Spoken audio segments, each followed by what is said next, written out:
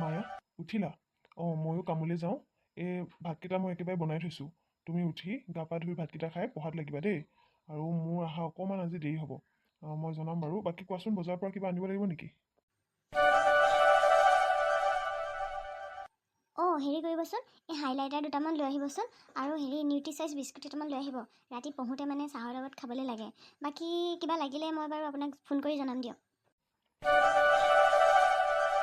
শুনা মায়া, তোমাৰ পৰীক্ষালৈ কেইদিনমানহে আছেগে। তুমি একো ঘৰৰ কাম কৰিব নালাগে।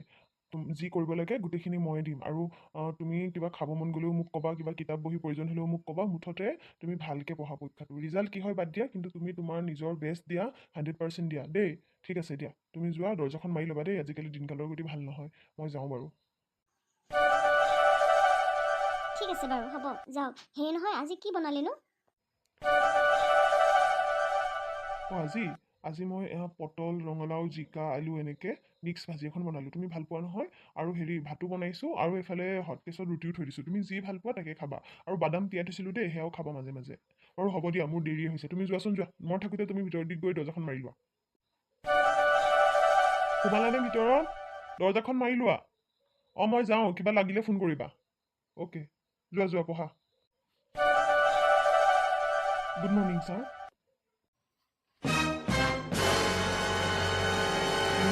Good morning Ramen. কোৱা, কি খবৰ? বাকী তোমাৰ ৱাইফে কিবা এক্সামৰ প্ৰিপেৰেশ্যন কৰি আছিল নহয়, কেনেকুৱা খবৰ? কিমান আগবাঢ়িছে? হয় ছাৰ, প্ৰস্তুতি চলাই আছিলে। ভালেই হৈছে বাৰু। প্ৰিলিমছলৈ আৰু 2 মাহ বাকী আছে। ঠিকে আছে দিয়ক ছাৰ, আপোনালোকৰ আশীৰ্বাদত। অ'কে ৰমেন, কালিলৈ বিশ্বকৰ্মা পূজা পাতিছোঁ আমাৰ অফিচত। আৰু তাৰ কাৰণে কেইজনমান গেষ্ট মাতিছোঁ। আৰু তাৰে ভিতৰত মই তোমাৰ ফেমিলিটো ৰাখিছোঁ, তাৰমানে তোমাৰ ৱাইফকো মাতিম বুলি ভাবিছোঁ। মই আজি এখন চিঠি দি দিম, তুমি দি দিবা। আৰু কালিলৈ প্ৰায় 11:30মান বাজিত, এনেইতো কালিলৈ অফিচৰ কাম বন্ধ হৈ থাকিব। 11:30মান বাজিত আমাৰ পূজা আৰম্ভ হ'ব। তুমি তোমাৰ ৱাইফকো লৈ আহিলে মই ভাল পাম।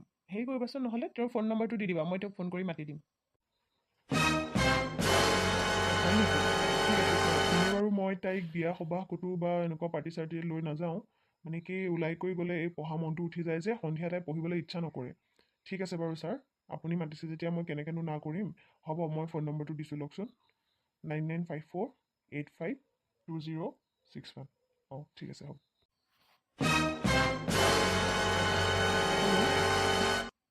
অঁ আপুনি মায়া। অঁ হয় হয় হয় হয় হয় হয়, আপোনাৰ হাজবেণ্ডে মোক নম্বৰটো দিলে। অঁ বাকী আপোনাৰ পঢ়া শুনা? অঁ অঁ ঠিক আছে বাৰু, হ'ব, তুমি বুলিয়ে মাতিছোঁ। বাকী তোমাৰ পঢ়া শুনা কিমান আগবাঢ়িছে? আচ্ছা আচ্ছা, ঠিক আছে বাৰু। বেছি সময় কথা নাপাতোঁ, ডিষ্টাৰ্ব নকৰোঁ। কালিলৈ আমাৰ অফিচত বিশ্বকৰ্মা পূজা এভাগ পাতিছোঁ। তাকে তোমাৰ হাজবেণ্ডক কৈছোঁ বাৰু। 11:30মান বাজিত যদি আহি এবাৰ দেখা দিয়া খুবেই ভাল পাম। আৰু মই আশা ৰাখিলোঁ যাতে তুমিও আহিবা। হয় হয়, ঠিক আছে ঠিক আছে, okay bye. Okay, take care. Sir কথা পাতিলে নে? অঁ ৰমেন, কথা পাতিলোঁ দিয়া, আহিম বুলি কৈছে। তুমিও বাৰু লৈ আহিবা, আৰু তুমিও আহিবা। ছাৰ, পূজাৰ কাৰণে যিখিনি সা সামগ্ৰী আনিব লাগে এইখিনি গোটেইখিনি মই ব্যৱস্থা কৰিলোঁ। এতিয়া খালি ফুলৰ মালা অলপ আনিলে আৰু শেষ।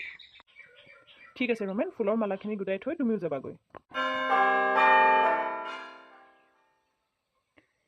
এই ৰমেনৰ মালটো কিন্তু মজা আছে দেই। ভইচ কোৱালিটিটোৱে কি বল্ড। মানুহজনী দেখাত চাগে কেনেকুৱা বল্ড হ'ব। ৰমেন, তই সাৱধান। তোৰ সাৱধান হোৱাৰ দিন হৈ গ'ল। এই বেজবৰুৱাৰ ওচৰত ছোৱালীৰ নাম্বাৰ পৰিল যেতিয়া কি হ'ব সেইটো আৰু মই নাজানো দেই। মোৰ দুখ নাই কিবা ঘটনা ঘটিলে। হেৰি শুনিছে, মাজে মাজে মোকো 2 এটা কাম কৰিবলৈ দিব। আপুনিয়ে কৰি থাকেনে চব? কথাটো তেনেকুৱা নহয় মায়া।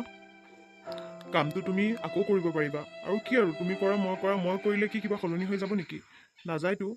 মই এটাই জানো, তুমি বিয়াৰ আগত মোক কৈছিলা যে তোমাৰ এজন অফিচাৰ হোৱাৰ সপোন আছে। গতিকে আজি তুমি আগবাঢ়িছা সেইটো পৰীক্ষাৰ কাৰণে। আৰু মই যদি তোমাক ইমানখিনি ছাপোৰ্ট নকৰোঁ তেনেহ'লে কি হ'ব? গতিকে তুমি চিন্তা কৰি নাথাকিবা। মই অন্ততঃ এক্সামৰ আগলৈকে সকলো কাম কৰিম। আৰু তোমাক এই বেজবৰুৱা ছাৰে ফোন কৰিছিল ন, কালিলৈ 11টামান বজাত তুমি ৰেডি হৈ থাকিবা দেই। ঠিক আছে বাৰু, হ'ব। মায়া, মই ঠিকেই ভাবিছিলোঁ। তোমাৰ মাতটো যেনেকুৱা ধুনীয়া, তুমি মানুহজনী তাতকৈ 1000 গুণ ধুনীয়া। মায়া, মই সেই প্ৰথম ফোন কলটোতে তোমাৰ প্ৰেমত পৰি গৈছিলোঁ মায়া।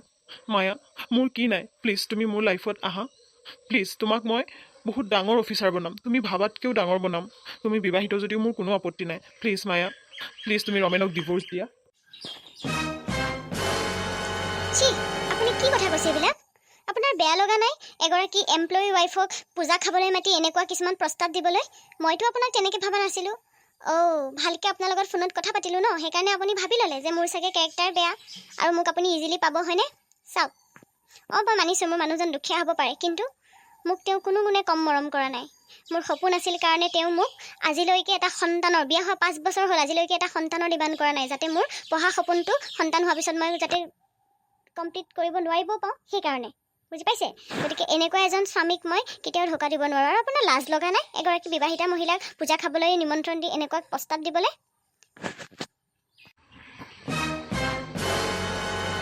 ঐ তোক ভাল লাগে বুলি কওঁতে তইচোন মূৰৰ ওপৰত উঠি গলি মনত ৰাখিবি তোৰ হাজবেণ্ড মোৰ অফিচত কাম কৰা এটা চাকৰ তই সেই চাকৰৰ ঘৈণীয়েক চাকৰণী বুজিছ